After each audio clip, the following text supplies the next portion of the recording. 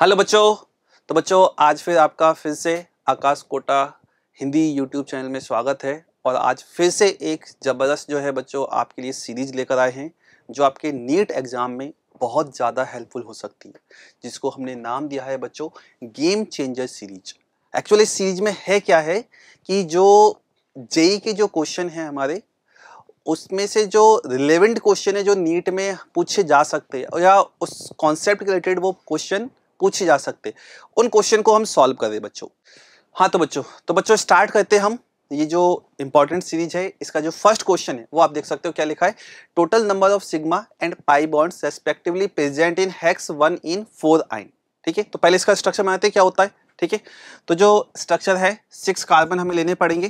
ठीक है, ये 6 कार्बन हमने लिए, 3 3 6 कार्बन। फर्स्ट पर इन मतलब एक पर डबल बॉन्ड लगा दिया और 4 पर ट्रिपल बॉन्ड। अब बाकी की वैलेंसी हाइड्रोजन से कंप्लीट करनी पड़ेगी क्योंकि हमें सिग्मा और पाई बॉन्ड बताने। पाई बॉन्ड वैसे देख रहे हैं बच्चों कितने हो चुके हैं, 3। तो देखा है तो 3 पाई बॉन्ड बच्चों देखो क्या है, पहले सिग्मा फिर पाई, तो 3 पाई बॉन्ड हमें 3 ऑप्शन में दिख रहा है।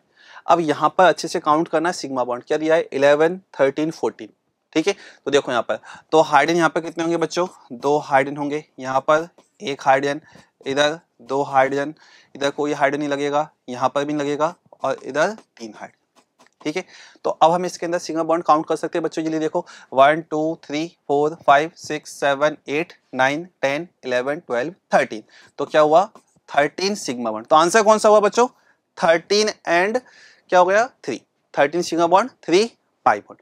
क्वेश्चन में अच्छे से देख ले बच्चों, बॉन्ड्स लिखा हुआ है। जल्दबाजी में बच्चों इलेक्ट्रॉन्स जो है दिमाग में ना चलाएं। ठीक है, जो लिखा है उसी को ध्यान से पढ़े। ठीक है, नेक्स्ट क्वेश्चन देखते हैं बच्चों। तो जो नेक्स्ट क्वेश्चन है बच्चों, नेक्स्ट क्वेश्चन आप देखो क्या लिखा हुआ है। Drug X become ineffective after 50% decomposition.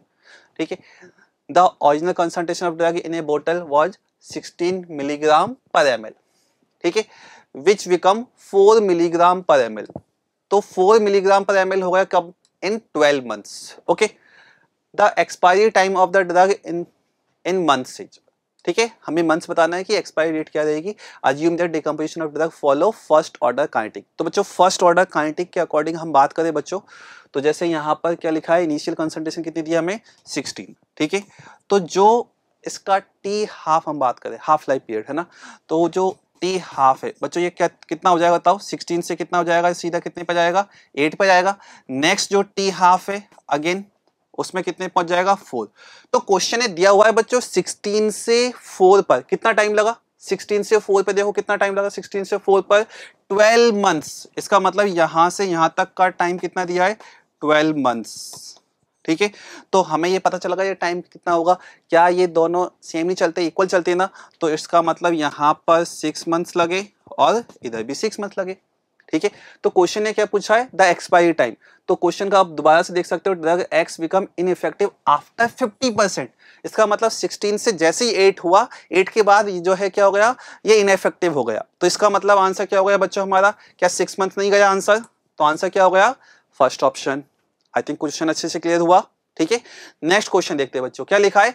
Which among the following halide will generate the most stable carbocation in the nucleophilic substitution. ठीक है, न्यूक्लियोफिलिक सब्स्टिट्यूशन करना है।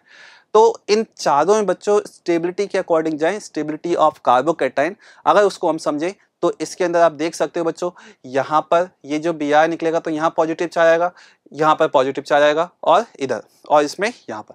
तो क्लियरली दिख रहा है कि बच्चों जो सेकंड ऑप्शन है इसका जो कार्बोकैटायन हम बनाए, तो देखो बच्चों pH carbon positive charge, pH pH यही हुआ। और सिंपल देख सकते हो बच्चों 3 जो है बेंजीन यहाँ पर चल रही है। ठीक है, इसमें कितना है ओनली 1, ये बेंजीन है ही नहीं। ठीक है, ये कौन सा हुआ बच्चों हमारा एलाइलिक, लेकिन इसके अंदर सबसे ज्यादा रेजोनेंस है ना, तो स्टेबिलिटी क्या होगी मैक्सिमम। तो आंसर क्या गया बच्चों, आंसर गया हमारा कौन सा सेकंड ऑप्शन। ठीक है, क्वेश्चन यहां तक क्लियर। नेक्स्ट क्वेश्चन पे आते बच्चों। नेक्स्ट क्वेश्चन को बच्चों अच्छे से देखो क्या लिखा है, क्या लिखा है आपको कि 0.1 m सॉल्यूशन, क्या दिया है 0.1 m solution of KI react with axis of H2SO4 and KiO3। ठीक है, ये लिखा हुआ है एंड क्या लिखा आगे अकॉर्डिंग टू इक्वेशन, और इक्वेशन दी हुई है बच्चों, इक्वेशन को अच्छे से देख लो, ये इक्वेशन दी हुई है। ठीक है। अब क्या पूछ रहा है बच्चों, जो ऑप्शन है क्या कह रहा है देखना, identify the correct statement.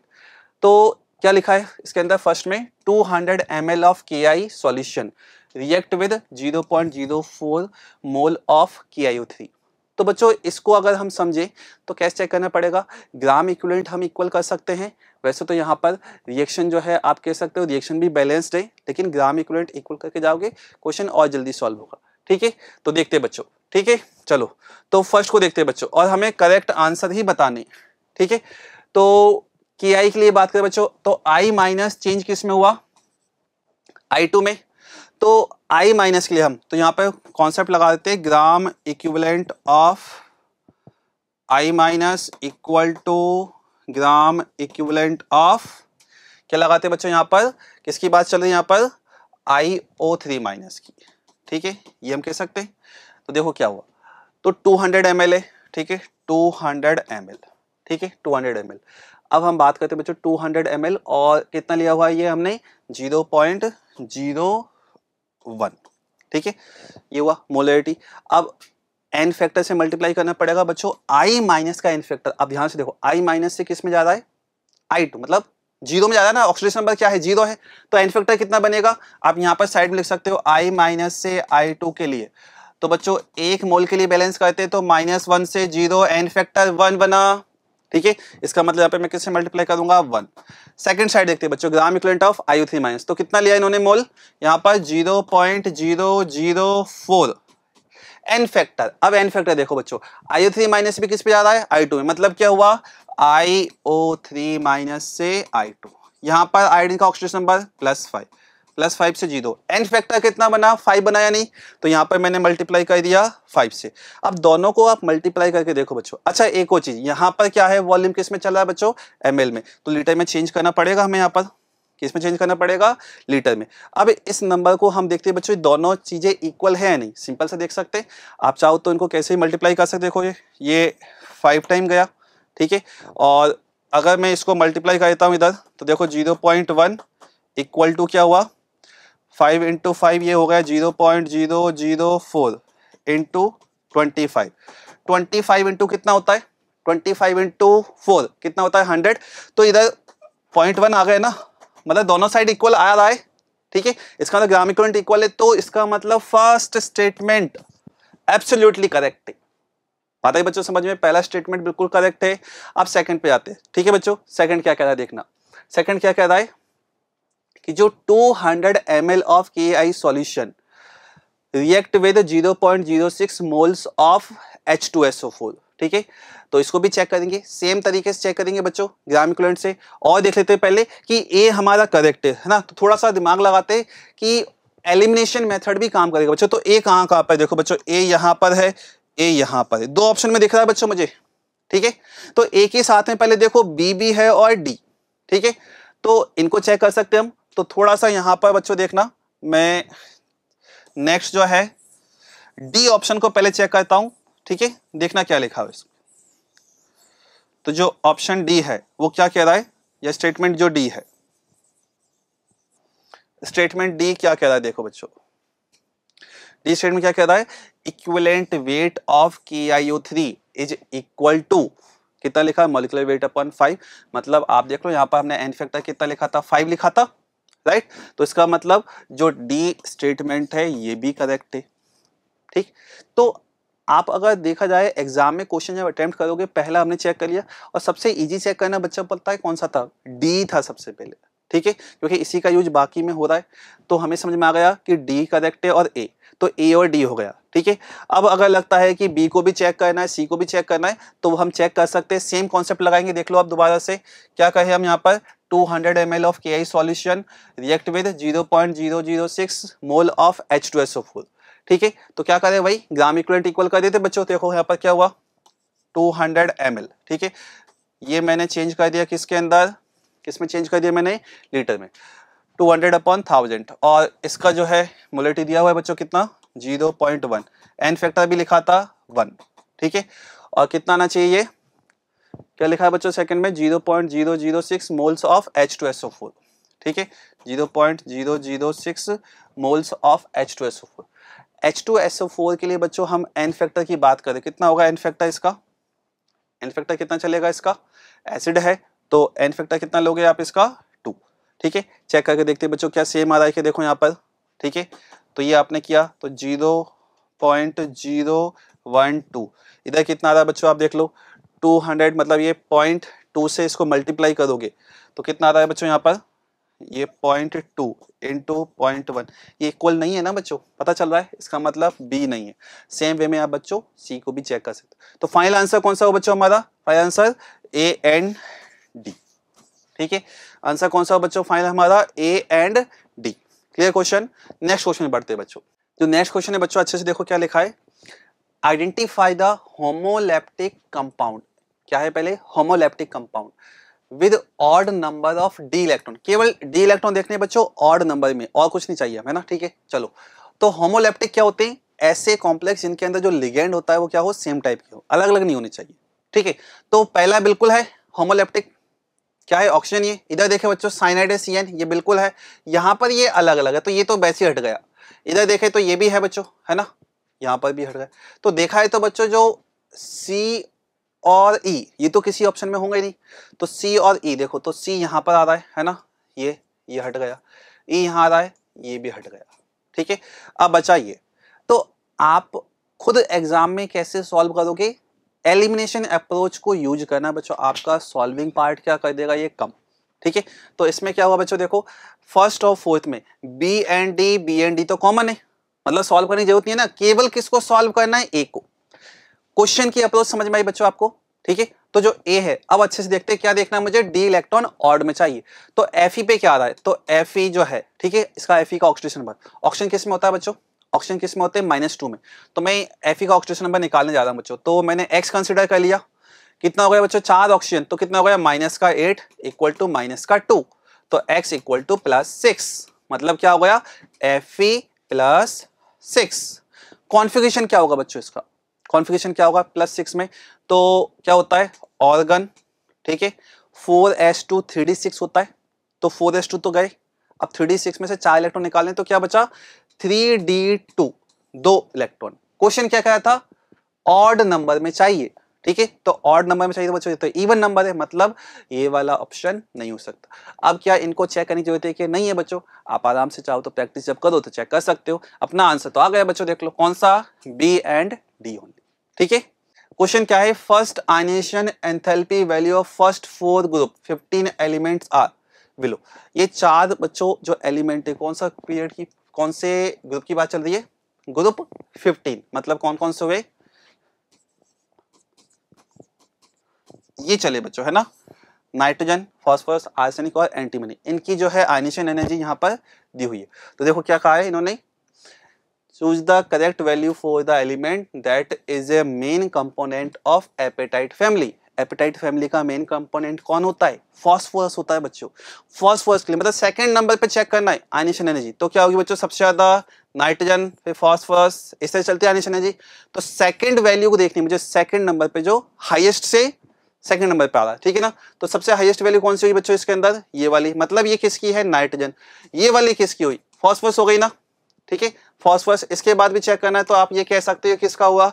AS का। ये हो गया किसका? SP का। तो आंसर क्या हो बच्चों इसके अंदर? 1012। क्लियर क्वेश्चन बच्चों एकदम, ठीक है। चलो नेक्स्ट क्वेश्चन बढ़ते। नेक्स्ट क्वेश्चन है बच्चों, इफ कार्बन डायमंड से ग्रेफाइट क्या हो रखा है? x किलोजूल पर मोल एनर्जी में ज्यादा है, ठीक है। इसके लिए डेल्टा एच बच्चों में यहीं पे लिख दो, क्या होगा? गड़बड़ कर जाते, जो हीट रिलीज हुई है तो क्या आएगा बताओ? Delta H. क्या -x नहीं कहेंगे इसको? सेम नेक्स्ट वाली में बताओ क्या होगा? क्या इसका डेल्टा एच माइनस का वाई हुआ या नहीं? और लास्ट वाले में भी डेल्टा एच क्या हुआ? माइनस का जेड, ठीक है। तो आपको इन तीनों में रिलेशन बताना है। तो बच्चों आप एक चीज देखो, फर्स्ट सेकंड थर्ड क्या इजी है। अगर मैं बात करूं जो ये वाली रिएक्शन है ना, ये वाली रिएक्शन, इसमें से इसको मैं माइनस करता हूं एक बार, क्योंकि मुझे डायमंड क्या रखना है? राइट लेफ्ट साइड या राइट साइड? लेफ्ट साइड है तो उसको वहीं रखना है, और ग्रेफाइट को पहुंचाना है कहां पर? Right side. तो अगर मैं इसमें से इसको माइनस करता हूं, क्या ऊपर वाली इक्वेशन बनेगी नहीं? बताओ। देखो अगर मैं डायमंड, है ना, डायमंड में से मैंने माइनस किया ग्रेफाइट, क्या हो रहा है बच्चों? चेक करो इस साइड, देखो क्या हो, सब कुछ कैंसिल आउट हो गया। तो इसका मतलब ये इधर चला जाएगा, तो करेक्ट है। तो क्या करें हम, जो ये वाली इक्वेशन है ना, इसमें से इसको माइनस करते हैं। देखो क्या होगा, तो ये हुआ माइनस का y minus minus Z equal to first one आ जाएगा। तो क्या हो जाएगा बच्चों, देखो ये क्या हुआ, ये जो माइनस एक्स से है ना, माइनस का x इक्वल टू माइनस का y प्लस जेड, ये हुआ बच्चों। ठीक है, तो इसके अकॉर्डिंग अब हम आंसर देखें तो देखो क्या लिख रहा है, इसमें से कौन सा रिलेशन x के अकॉर्डिंग जा सकते हैं, तो x इक्वल टू क्या लिख सकते हैं बच्चों, माइनस से डिवाइड कर दे। ठीक है, तो ये क्या हो गया, y माइनस जेड। कौन सा ऑप्शन है, x इक्वल में चल रहा है ना, क्या ये सेकंड ऑप्शन नहीं है, दिख रहा है सबको साफ, सेकंड ऑप्शन। ठीक है, तो जो क्वेश्चन है बिल्कुल इजी है। ठीक है, नेक्स्ट क्वेश्चन में बढ़ते हैं बच्चों। नेक्स्ट क्वेश्चन बच्चों आप देखो क्या दिखा है, स्टेटमेंट दिया है बच्चों, first statement on nitration of metaxylene. ठीक है, पहले तो इसका फॉर्मूला पता होना चाहिए। ठीक है, तो मेटाजाइलिन क्या होता है वो हमें पता हो, मैं यहाँ पर बना देता हूँ बच्चों, देखो मेटाजाइलिन। ठीक है, क्या होता है, CH3 चलता है बच्चों, है ना ये। ठीक है, और नाइट्रेशन ऑफ मेटाजाइलिन विद HNO3H2SO4। ठीक है, तो इसका हमने क्या कराया बच्चों, नाइट्रेशन। ठीक है, नाइट्रेशन, तो नाइट्रेशन होगा तो बच्चों क्या जाएगा, N2 ग्रुप आ जाएगा। ठीक है, तो क्या लिखा है इन्होंने कि ओके एंड उसके बाद भी क्या क्या फॉलोड बाय ऑक्सीडेशन। तो पहले इसका नाइट्रेशन कहा थे बच्चों, है ना, क्या होगा नाइट्रेशन पे बच्चों, NO2 लग जाएगा, यही होगा, ऑर्थो एंड पैरा पर। तो यहाँ पे लग सकता है या फिर यहाँ पर, बीच पे तो नहीं आएगा ना बच्चों, दो ग्रुप के बीच पे तीसरा ग्रुप जो है अटैक करने नहीं आ सकता, क्यों, स्टेरिक हिंडेंस लगता है, तो ये बना। अब आगे क्या कह रहा है, ठीक है, ये N2 आ गया, फॉलोड बाय ऑक्सीडेशन, तो इसका हम ऑक्सीडेशन कराते फिर। ठीक है, ऑक्सीडेशन कराया और क्या मिला फिर, 4 nitrobenzene 1,3 di carboxylic acid is obtained as the major product. तो इसका बच्चों ऑक्सीडेशन कराते हैं तो CH3 किस में चेंज हो जाएगा, COH में। तो बच्चों देखो क्या बना यहाँ पर, इसका ऑक्सीडेशन कराया हमने, ये COH और इधर NO2 ये रहेगा।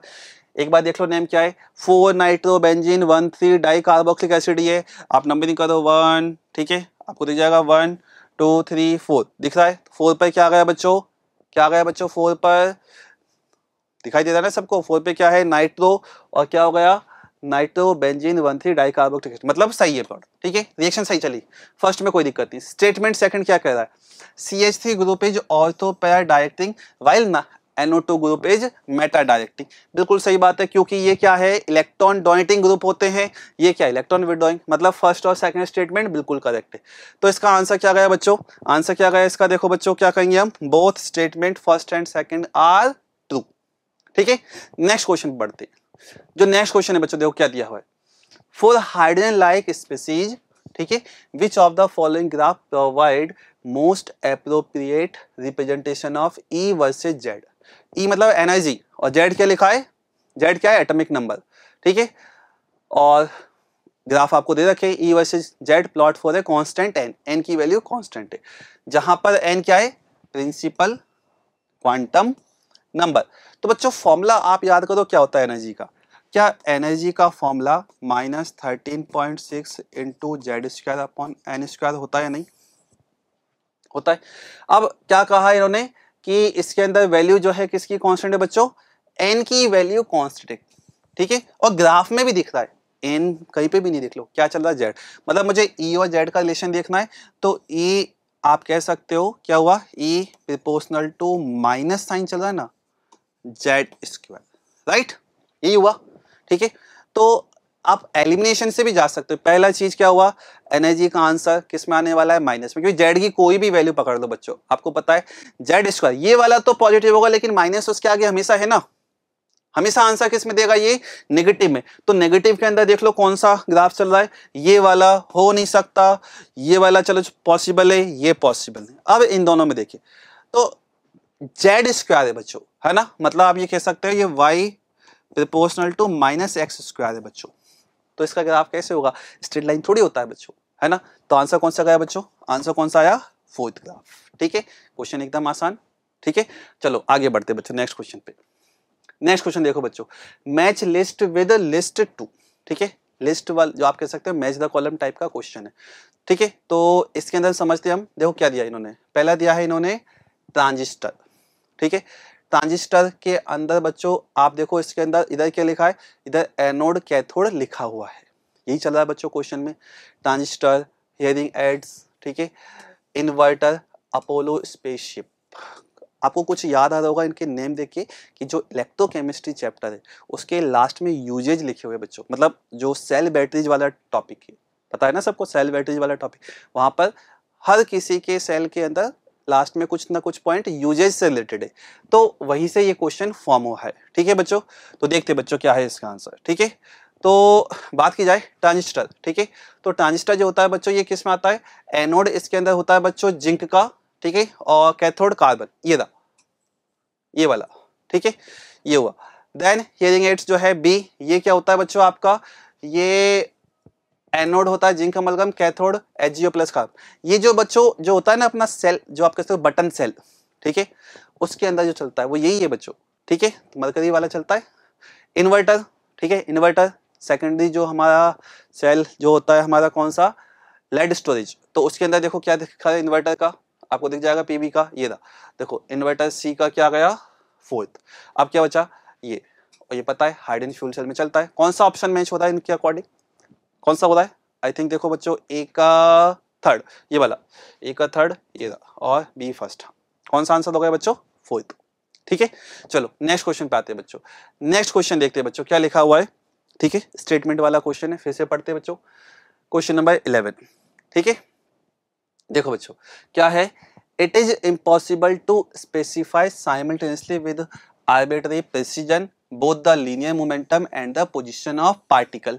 एकदम करेक्ट बात है बच्चों, हाइजेनबर्ग ने यही कहा था, याद है ना बच्चों, क्या कहा था कि जो हमारा क्या होता है डेल्टा एक्स और डेल्टा पी, इन दोनों को आप साइमल्टेनियसली एक ही टाइम पे 100% एक्यूरेसी से नहीं बता सकते, ठीक है, वही चीज लिखी यहाँ पर। अब आगे क्या लिख रहा है बच्चों ये, if the uncertainty in measurement of position and uncertainty of momentum are equal, position और momentum की uncertainty equal हो जाए तो क्या कह रहा है, then the uncertainty in measurement of velocity ये होगी, तो ये निकाल के देख सकते हैं। क्वेश्चन ने क्या कह दिया बच्चों, डेल्टा एक्स इंटू क्या कह रहा है, डेल्टा पी, यही हुआ ना बच्चों। तो जो फॉर्मूला होता है बच्चों, फॉर्मूला में लिखता हूँ, delta x into delta p क्या होता है, greater than equal to h upon 4 pi, यही चलता है। तो मैं क्या करूं यहाँ पर, जो डेल्टा एक्स की जगह डेल्टा पी लिख सकता हूं, क्या बन गया, डेल्टा पी का whole square greater than h upon 4 pi. इसको क्या लिख सकते बच्चों, एम इंटू डेल्टा वी, और एम स्क्वायर डेल्टा वी का होल स्क्वायर, ठीक है, तो डेल्टा वी का होल स्क्वायर, तो एम स्क्वायर को मैंने इधर भेज दिया बच्चों नीचे की साइड, 4 पाई एम स्क्वायर। अब यहां से डेल्टा वी निकाल सकते बच्चों, तो देखो डेल्टा वी क्या हुआ, क्या हुआ बच्चों, रूट लोगे यहाँ पर, तो देखो क्या हुआ बाहर, 2m बाहर आ गया और रूट में क्या रह गया, h और h अपॉन पाई, क्या यही दिया है क्या, चेक करो, delta v h upon pi root में यही है और 1/2m सही दिया, मतलब ये सही है। तो फर्स्ट और सेकंड स्टेटमेंट दोनों करेक्ट है। कौन सा जाएगा बच्चों, देखो इसका आंसर देखो क्या होगा, दोनों स्टेटमेंट करेक्ट, पहला हो गया, ठीक है। आगे बढ़ते चलो, नेक्स्ट जो क्वेश्चन है बच्चों, given below are 2 statement, again 2 statement दिए बच्चों, देखो क्या लिखा है, NaCl is added to the ice at 0 degree Celsius present in the ice cream box to prevent the melting of ice cream. बच्चों बिल्कुल सही बात है, क्यों ऐसा, इससे क्या होगा बच्चों, हम जानते हैं जब सॉल्ट ऐड किया आपने, है ना, कोई भी नॉन वोलेटाइल जो है सॉल्ट आपने ऐड किया है प्योर वाटर में, तो क्या होता है, डिप्रेशन होता है किसके अंदर, फ्रीजिंग पॉइंट। मतलब क्या हुआ कि जो चीज 0 डिग्री सेल्सियस पे पिघल रही थी, मेल्ट हो रही थी, अब वो 0 पे मेल्ट नहीं होगी, वो किस पे होगी, -1 -2 कोई भी इस टेम्परेचर पे। तो इसका मतलब क्या हुआ, 0 पे भी वो सॉलिड है ना, मतलब प्रिवेंट कर रहा है किसको, मेल्टिंग को, राइट। तो इसका मतलब क्या हुआ, फर्स्ट ऑप्शन करेक्ट है। सेकंड की बात की जाए, on addition of NaCl to ice at 0 degree Celsius there is a depression in freezing point, बिल्कुल करेक्ट है बच्चों, ठीक है। तो दोनों करेक्ट हो गए, तो आंसर कौन सा जाएगा बच्चों, अब चेक करो जल्दी से, दोनों चीज करेक्ट हैं। तो पहले में क्या लिखा है, ट्रू, इधर फॉल्स, बोथ स्टेटमेंट, ये मिल गया, ठीक है। 12 का आंसर आ गया 2, ठीक है। हाँ तो बच्चों नेक्स्ट क्वेश्चन देखते हैं अब, जो नेक्स्ट क्वेश्चन है, क्वेश्चन नंबर 13, क्या कह रहा है ये, which one of the following reaction sequence will give an azo dye. Azo dye की बात चल रही है, और एजोडाई जो हम फॉर्म करते हैं बच्चों, तो आपको याद हो इसमें कपलिंग रिएक्शन चलती है, राइट। और कपलिंग रिएक्शन के अंदर होता क्या है, बीडीसी से रिएक्शन होती है, ठीक है। तो यहाँ पर देखते हैं हम, तो एनिलीन है, एनिलीन के साथ HCl Na2 की रिएक्शन होगी, तो बीडीसी तो फॉर्म हो जाएगा, लेकिन आगे जो रिएजेंट दिया है वो हमारा रिएजेंट क्या क्या होता है जनरली, बेंजीन रिंग पे क्या हो, जैसे हमने क्या लगा दिया वहां पर, बेंजीन रिंग पर हमने NH2 लगा दिया, मतलब एनिलीन चलता है हमारा, फिनॉल चलता है, इस टाइप की जो है आप कह सकते हो वहां पर सब्सटेंस चलता है जो बेंजीन रिंग पे बहुत ज्यादा हाई इलेक्ट्रॉन डेंसिटी प्रोवाइड करे, तो ये नहीं होने वाला, ठीक है। सेकंड रिएक्शन को देखते हैं बच्चों, सेकंड रिएक्शन के अंदर देखो क्या है, SN और HCl के साथ रिएक्शन है, ये क्या करेगा, इसको पूरा का पूरा रिड्यूस कर देगा, मतलब क्या मिल जाएगा हमें, बेंजीन पर क्या मिल गया, NH2, ठीक है। और जो नेक्स्ट स्टेप है बच्चों क्या है, Na2 और HCl के साथ रिएक्शन, तो रिएक्शन में क्या मिलेगा यहाँ पे बताओ, Na2 और HCl है बच्चों, ठीक है। तो क्या मिल जाएगा यहाँ पर हमें, BDC मिल जाएगा वापस से, तो ये N2 प्लस Cl-, ये BDC मिल गया। अब नेक्स्ट रिएक्शन को देखो बच्चों, क्या लिखा है, बीटा नेफ्थॉल, क्या है, बीटा नेफ्थॉल और इन प्रेजेंस ऑफ NaOH, मतलब बेसिक मीडियम में, तो यहाँ पे रिएक्शन हो जाएगी बच्चों, क्या, बीटा नेफ्थॉल के साथ हमने रिएक्शन कराई यहाँ पर, ठीक है, बीटा नेफ्थॉल के साथ रिएक्शन कराई NaOH की प्रेजेंस में, ठीक है, बेसिक मीडियम में, तो क्या मिलता है बच्चों यहाँ पर देखना, तो यहाँ पर जो हमें मिलता है, ठीक है, और यहां पर क्या रहता है, OH। ये जो हमें मिला बच्चों, यही क्या है, हमारी कपलिंग रिएक्शन, और ये डाई फॉर्म हो चुकी है। इसका मतलब इस क्वेश्चन का आंसर कौन सा होगा बच्चों, सेकंड क्वेश्चन, सेकंड ऑप्शन। इस क्वेश्चन का आंसर क्या है हमारा, सेकंड ऑप्शन, ठीक है बच्चों। नेक्स्ट क्वेश्चन देखते हैं, विच one of the following with HBr will give a phenol. HBr के साथ फिनॉल की रिएक्शन करनी है बच्चों, ठीक है। और इन सभी को देखोगे तो बच्चों एक आइडिया लग रहा है कि हाँ ईथर चल रहा है ना, ईथर जैसा। तो फिनॉल कैसे मिल सकता है, फिनॉल तो तब पॉसिबल है जब बेंजीन के जस्ट बाद क्या मिले, ऑक्सीजन, तभी कह सकते हैं ना हम। तो इन सब के अंदर देखिए बच्चों, यहाँ पर ऐसा कुछ मतलब डायरेक्टली भी पता चल रहा है कि इसमें नहीं बनेगा, इसमें भी नहीं, एक कार्बन बीच में आ गया, यहाँ पर भी नहीं, तो सीधा मैं थर्ड के साथ रिएक्शन करा के देखो, तो इसकी रिएक्शन आप HBr के साथ सीधा कराओ, ठीक है। तो बॉन्ड को कहाँ से ब्रेक करोगे बच्चों, बॉन्ड को ब्रेक या तो हम यहाँ से कर सकते हैं, यहाँ से पॉसिबल नहीं है, क्यों, क्योंकि इस पर पॉजिटिव चार्ज स्टेबल होता नहीं है, तो बॉन्ड यहाँ से ब्रेक होगा, ठीक है, और यहाँ से ब्रेक हुआ तो क्या जाएगा, H इस पे जाएगा Br, तो प्रोडक्ट क्या मिला हमें यहाँ पर, प्रोडक्ट मिला यहाँ पर फिनॉल, और दूसरा क्या हो गया बच्चों, क्या हो गया यहाँ पर, CH3Br, ठीक है। तो ऑप्शन कौन सा गया बच्चों, थर्ड, ठीक है।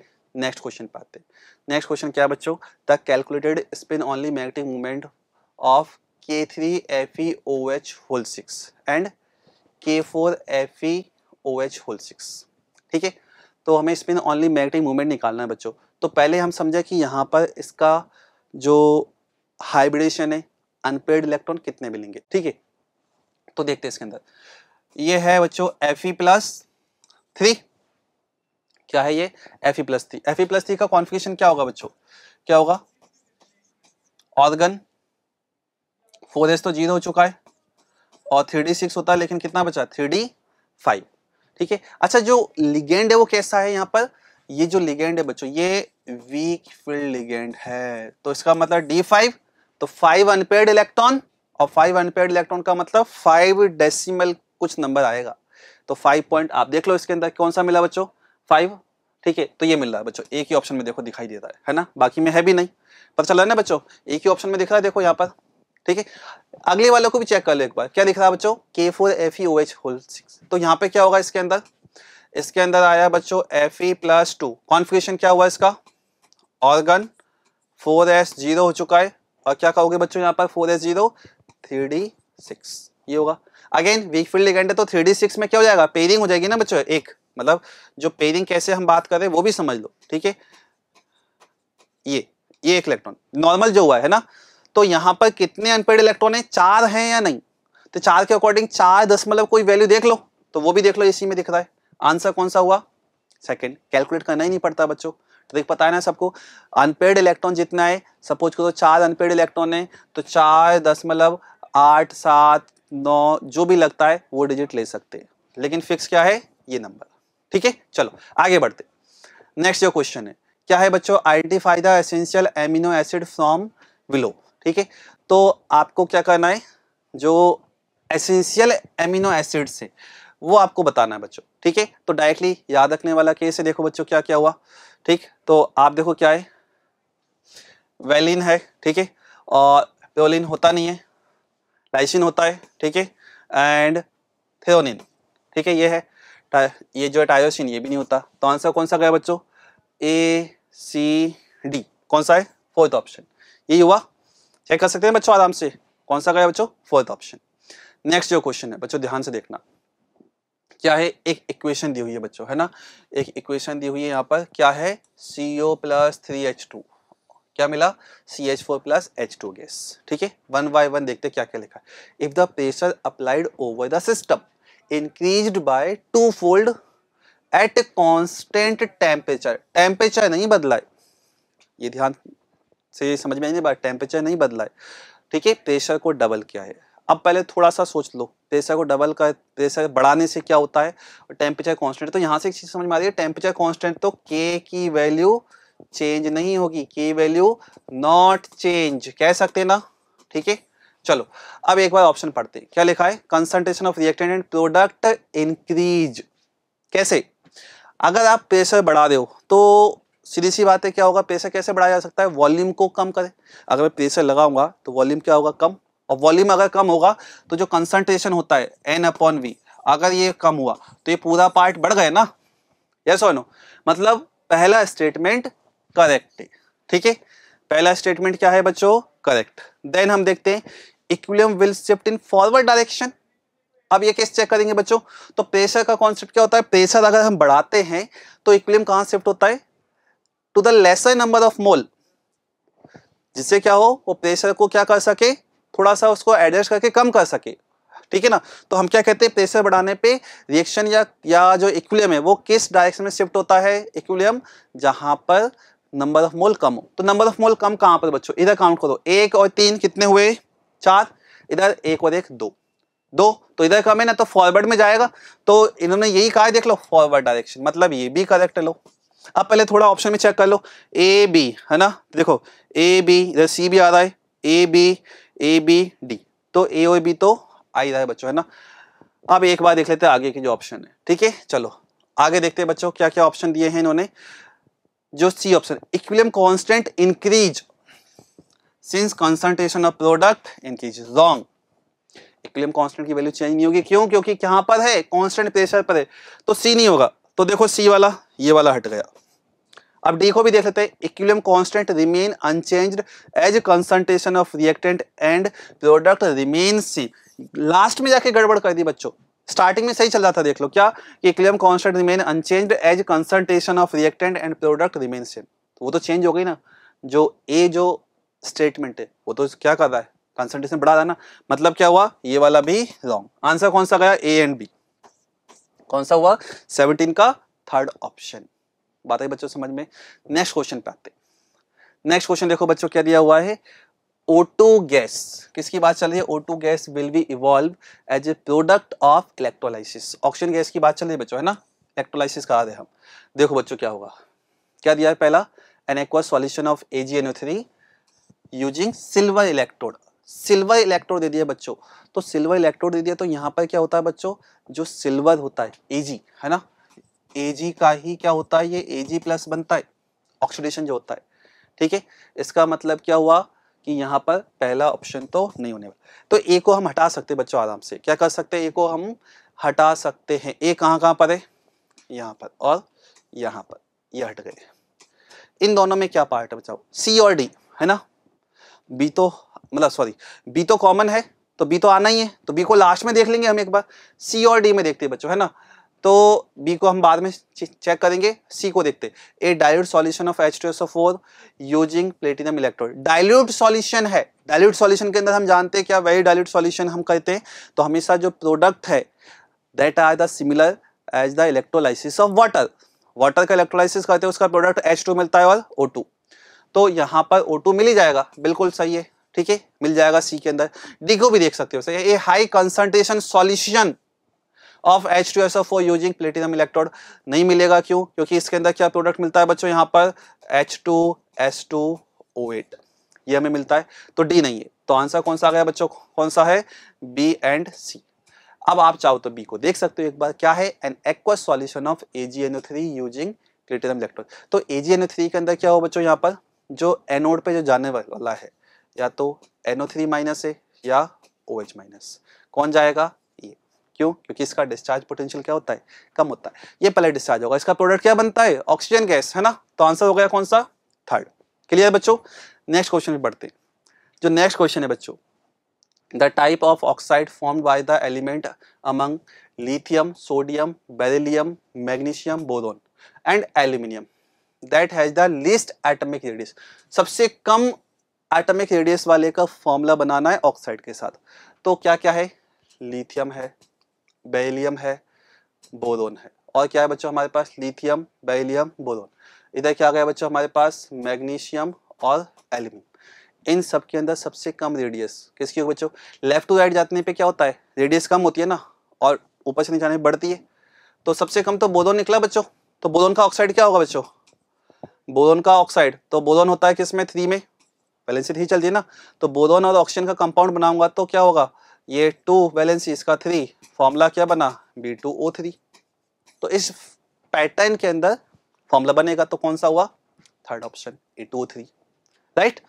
नेक्स्ट क्वेश्चन देखते हैं बच्चों, क्या लिखा है, total number of non bonded electron present in NO2 minus ion on the basis of Lewis theory. तो पहले इसका स्ट्रक्चर बना ले बच्चों, NO2 माइनस का, ठीक है, N double bond O O और यहाँ पर माइनस। तो एक बार चेक करते हैं इन पर वैलेंस इलेक्ट्रॉन क्या क्या है। नाइट्रोजन पे टोटल, नाइट्रोजन के वैलेंस इलेक्ट्रॉन कितने होते हैं, टोटल 5 में से कितना दिखाई दे रहा है मुझे, ये 1, ये दिखाई दिया 2 3, तो 2 यहाँ पर दिखाई देंगे ना, 2 बच गए इसके, ये हुआ। ऑक्सीजन के कितने होते हैं, 6 के 2 यहाँ पर, तो 4 यहाँ पे दिखाऊंगा मैं, राइट। ऑक्सीजन पे कितने होते हैं, 6 में से 1 यहाँ पे दिख रहा है, तो बाकी के जो है कितने बचे, 5, तो 1 2 3 4, ये 5। अच्छा ये जो है, ये वाला एक एक्स्ट्रा जिसको मैंने थोड़ा डार्क कर दिया, ये कहाँ से आया, नेगेटिव है ना, माइनस, NO2 पे माइनस है ना, 1 इलेक्ट्रॉन एक्स्ट्रा लिया है ऑक्सीजन ने। अब आप चेक कर लो कितने हुआ, 2 2 4 जो 6 और 6 कितने हो गए, 12। तो आंसर क्या गया बच्चों इसका, 12, ठीक है। तो आई होप बच्चों आपको जो क्वेश्चन है वो काफ़ी अच्छे से समझ में आए होंगे, ठीक है। ये क्वेश्चन बच्चों आपको बहुत हेल्प करेंगे, इनको अगेन आप रिवाइज करो और हमारे साथ बच्चों कंटिन्यू आप जुड़े रहो, ठीक है बच्चों। Thank you and all the best.